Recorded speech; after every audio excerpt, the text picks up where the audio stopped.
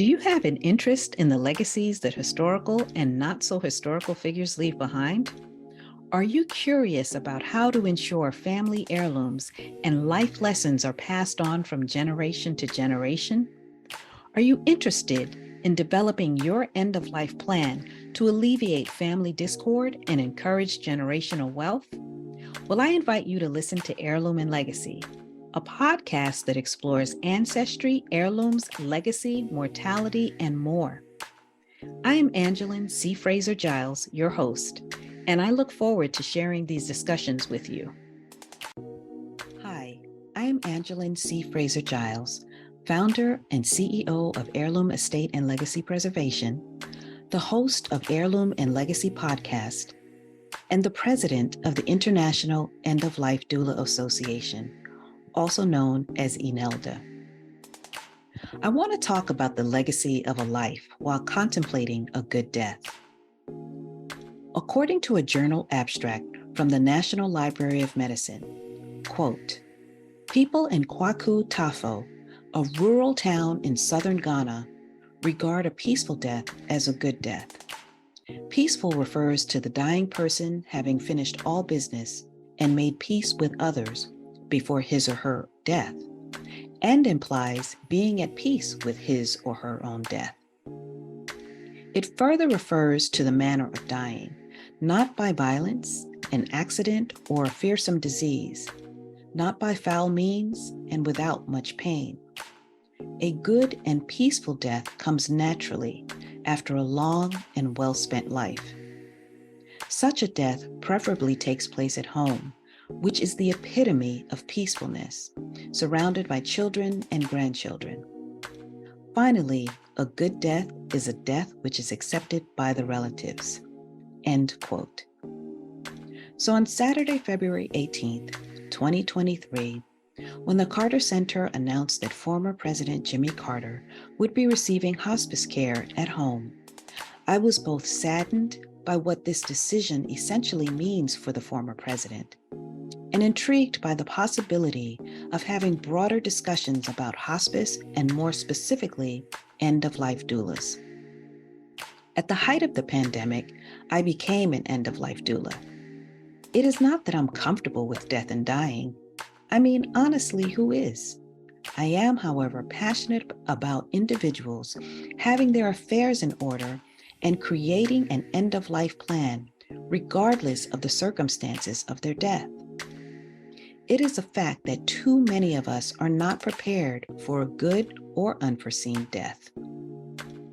An end-of-life doula assists with the physical, emotional, and spiritual aspects of death. They can encourage the individual and their family and help ensure they are surrounded by people who make them feel supported and loved. They can also help them find a sense of closure and peace. While it is not certain that President Carter has engaged with an end-of-life doula, deciding to go into hospice care requires consultations with a team of health advisors, family, and possibly a nursing assistant or a doula. At age 98, he has led an incredible life, even while being plagued by numerous ailments. Making the conscious decision to spend his final days in the comforts of his home, surrounded by family, friends, and heirlooms, is a treasured gift that many of us would welcome. While we may not all have the resources that the president has, I would argue that we all have the opportunity to make the choice to receive end-of-life care in the manner we feel most appropriate. Unfortunately for the president and so many others who enter into hospice care, whether it be at home or a facility, it generally means within a 6-month period, death is imminent. While it is a hard reality to face, having a plan in place could alleviate the apprehension we have at our end-of-life transition. INELDA hosts trainings and workshops to educate the community about end-of-life care. We are also committed to continued outreach to the BIPOC community that has not been fully represented in this nurturing field. I hope you will join us at one of our upcoming webinars, in-person or online events. It is crucial that all of us have agency over our deaths, just as we have agency over our lives.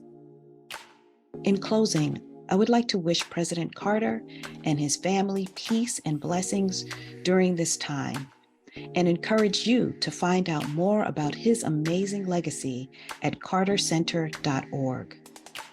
Please also visit INELDA at INELDA.org to find out more about our work. Thank you, and live, love, and leave a lasting legacy. Thank you for listening to Heirloom and Legacy. If you want to learn more about the work of Heirloom Estate and Legacy Preservation, you can find us at legacypreservation.life, on Instagram at Legacy Preservation, and on Twitter at Heirloom Legacy. Many thanks to my exceptional executive assistant, Queen Karen Garrison, aka Mommy Activist, and my outstanding engineer, Jonathan Reed. Thank you again for choosing Heirloom and Legacy. Please like, subscribe, and tell your friends about us.